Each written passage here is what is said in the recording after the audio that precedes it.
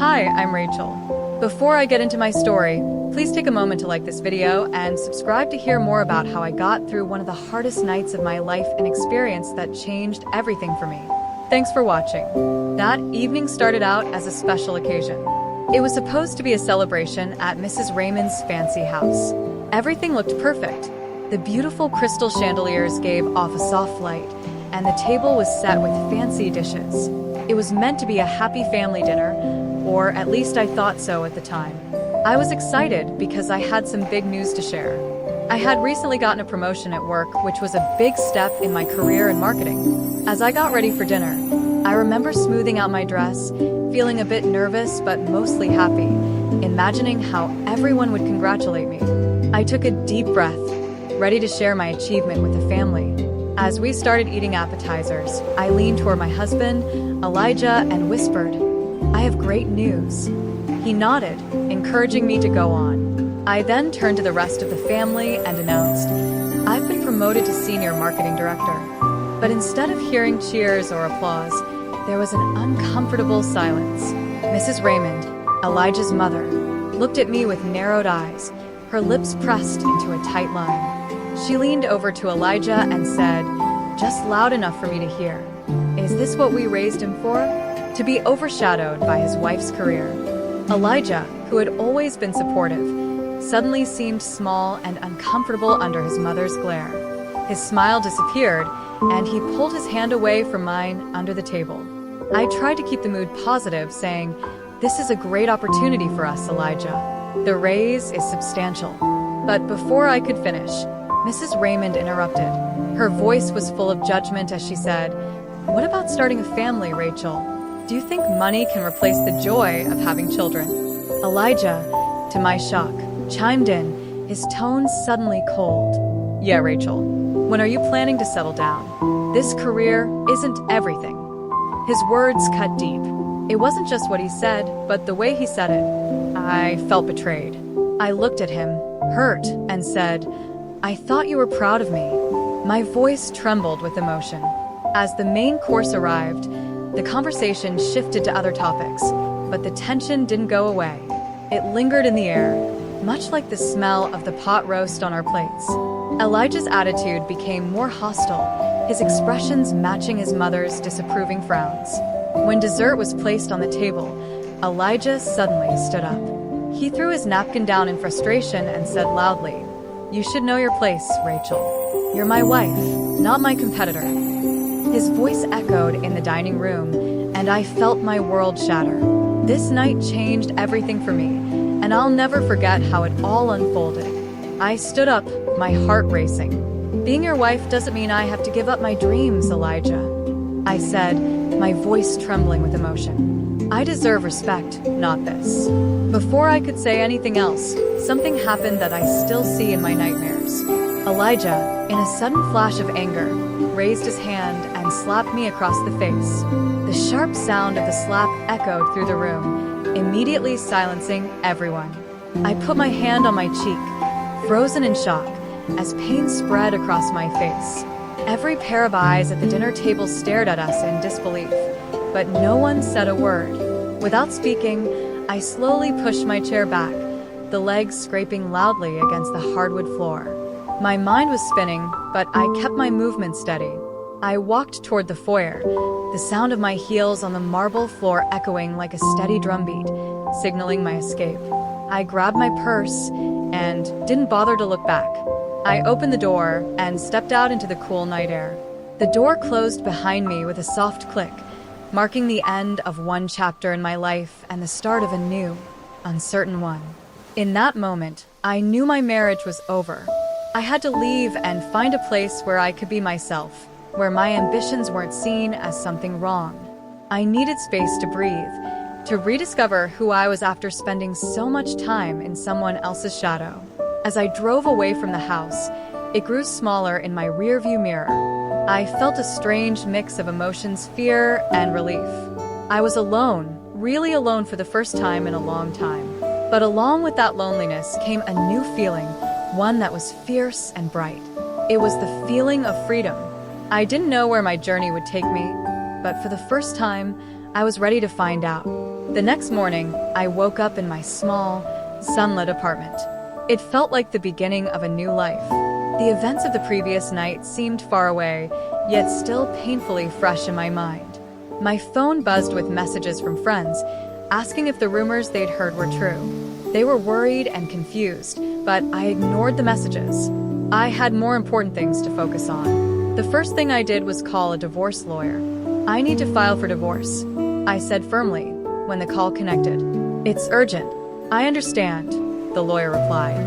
"I'll get the paperwork ready. Can you come in this afternoon to go over the details?" "Yes, I'll be there," I responded. After hanging up, I felt a small sense of victory. There was no turning back now. At work, I tried to stay focused, but my mind was somewhere else. My boss, Mr. Bradley, noticed my distraction. "Is everything okay, Rachel?" he asked gently. I just nodded, knowing that things were far from okay, but also knowing that I was taking the first steps toward a better, stronger version of myself. "I'm dealing with some personal issues, but I'll manage." "Thank you," I told my boss. He gave me a thoughtful look. "If you need time off, just let me know." "No, I'd rather keep busy." "Thanks," I said, offering a small smile. He nodded, understanding. "Well, if you need anything, don't hesitate to ask." I was grateful for his support and immediately buried myself in my work. The familiar tasks were a great distraction, helping me focus on something other than the chaos in my personal life. My colleagues were kind, and their support made it a little easier to breathe. Later, Megan, one of my closest friends at work, approached me. "I heard about what happened last night. Are you okay, Rachel?" I sighed. "It's been tough, Megan, but I'll get through it." She smiled softly and said, "You're stronger than you think. And if you need a place to crash or just want to hang out, my door is always open." "Thanks, Megan. I might take you up on that sometime," I replied, feeling a little lighter, knowing I wasn't alone. "Drinks after work?" "My treat," she offered with a smile, trying to lift my spirits. That evening, we went out for drinks. Over a couple of hours, Megan and I talked about everything. Despite the mess that was my marriage, I found comfort in moments of laughter. For just a little while, I could forget about everything and feel normal again. When I got back to my apartment, I checked my phone. There were several missed calls from Elijah. I sat on the couch, staring at the screen, unsure if I should call him back. After a moment, I decided against it and sent him a simple text. "I filed for divorce. Please respect my space during this time." His reply came almost instantly. "Can we talk about this?" "Please, Rachel, I didn't mean." I took a deep breath and responded, "I need space, Elijah. Good night." As I put my phone down, a wave of mixed emotions hit me. I felt sadness, anger, relief, and a growing sense of determination. I was free now, or at least on the path to freedom. I looked around my apartment, small but cozy, and felt a sense of peace wash over me. This was my space, my safe place. No one here could hurt me. I thought about Elijah, about how his choices, influenced by his mother's toxic views, had led us here. He had pushed away the person who stood by him all these years, and now he was alone. It was sad, really, but it wasn't my problem anymore. That night, as I lay in bed, I realized something. I wasn't just surviving, I was starting to live. I was stepping into a new phase of my life, one where I could be myself without fear. Tomorrow, I'd be stronger, and the day after that, even more so. This was just the beginning of my journey, and I was ready for whatever came next. As my career continued to grow, I knew that so would I. As time went on, I became more involved in bigger, more meaningful marketing campaigns. My career was growing, and I started to connect with important people in the industry. I led webinars, taught workshops, and shared my knowledge, which helped me build a solid reputation as a leader. I felt proud of the progress I was making in my career, and things seemed to be heading in the right direction. One busy Tuesday morning, I was going through some campaign proposals when my phone buzzed. It was a call from Andrea, a well-known person in the marketing world. "Rachel, I've heard about what you've been going through, and I'm really sorry to hear about it," Andrea said, her voice both kind and professional. "Thanks, Andrea. It's been tough, but I'm doing okay," I replied. "I've been thinking," Andrea continued. There's a spot open for a speaker at a conference next month. The topic is resilience and leadership, and I think your story, both from a personal and professional point of view, would really connect with the audience. What do you think? Her offer surprised me, but I knew it was an amazing opportunity. I'd be honored, Andrea. Thank you for thinking of me, I said, feeling both excited and a little nervous. As my career kept growing, word about Elijah's behavior started to spread too. People who once admired him were now whispering about what had happened. During an industry event, I overheard 3 executives talking about him. He's looking for work again, one said quietly. After what he did to Rachel, who would want to hire him? The other replied, shaking his head. While I was thriving in my career, Elijah was struggling. His professional life was falling apart, and he couldn't seem to find a way back. He reached out to me a few times, trying to fix things. One afternoon, I received a text from him asking if we could meet for coffee. Against my better judgment, I agreed. When we met, Elijah's voice was soft and full of regret. Rachel, I'm sorry. I was wrong, he said, looking down at his hands. I've lost so much. I can't find work anywhere. It feels like every door is shut. I listened but kept my guard up. Elijah, I can't go back and change the past. You made choices, and now you're dealing with the consequences. Can't you help me? Maybe talk to people, tell them I've changed, he asked, his voice hopeful. I shook my head.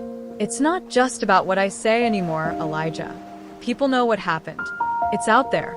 This is about the choices you made. Leaving the cafe, I felt a mix of pity and determination. Elijah was learning a tough lesson about respect and consequences, one that he had brought upon himself. Back at work, I threw myself into my projects with even more energy. My experiences, both the painful and the empowering, had shaped me into a stronger person. It was a bittersweet truth, but sometimes our personal struggles can lead to professional success.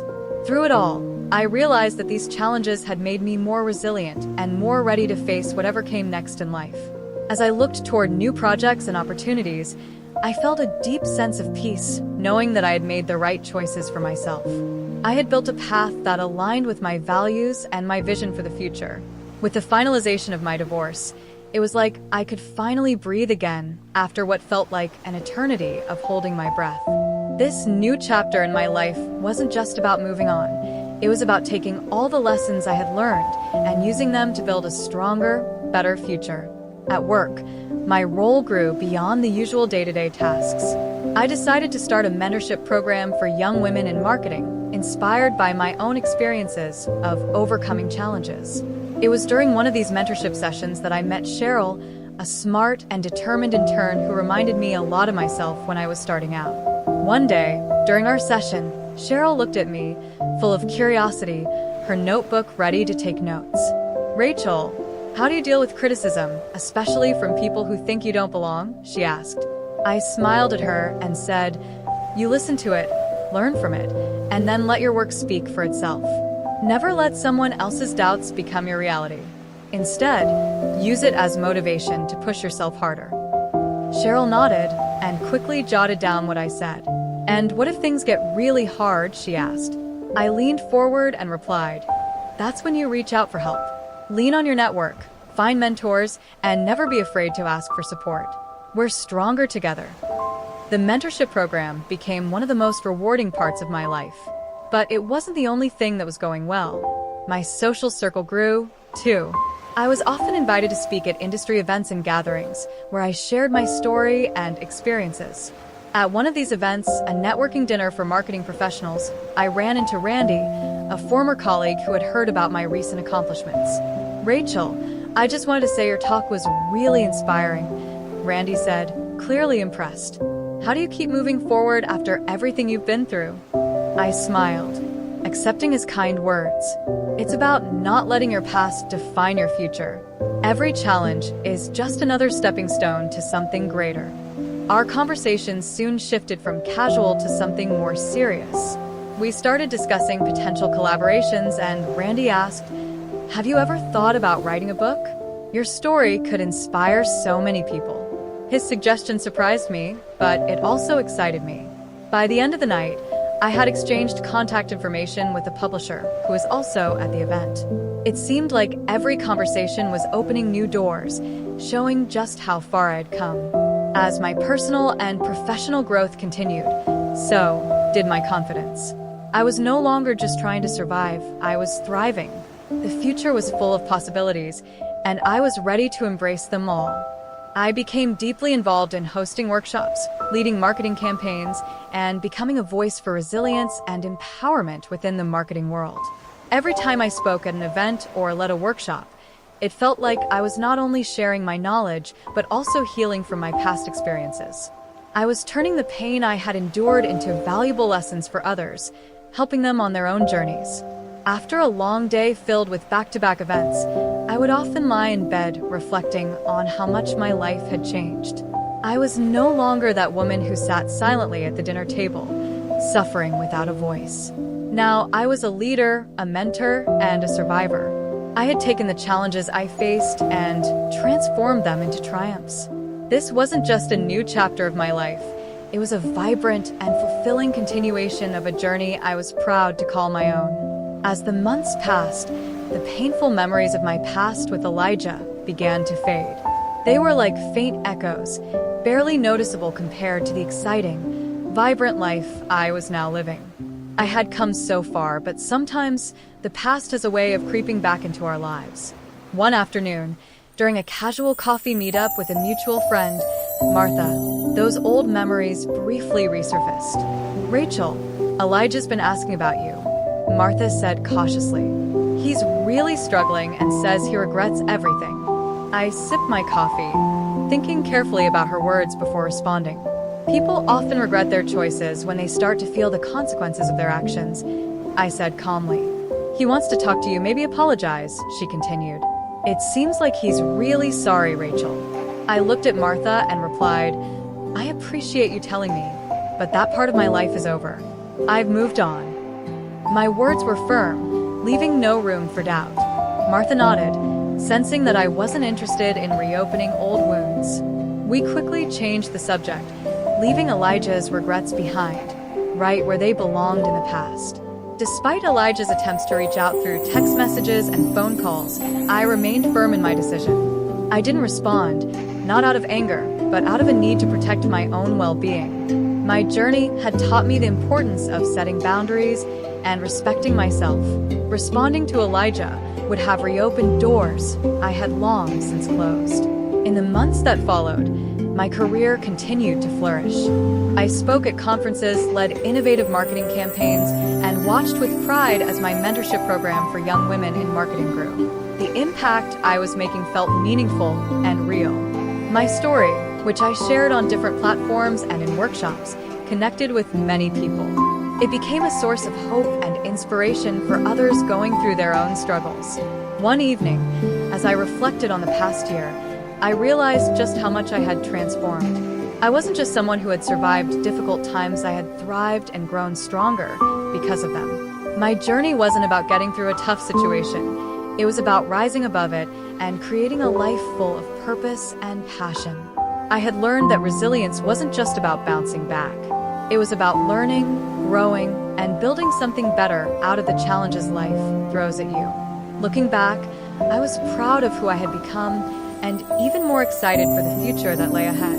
This was just the beginning, and I was ready to continue this journey with strength and confidence, knowing that I could handle whatever came next. I had built a life filled with success and meaning. Knowing that Elijah regretted his choices didn't bring me satisfaction, but it reminded me of the consequences of disrespecting and undermining others. As I closed my journal, which was full of my plans and thoughts, I felt a deep sense of peace.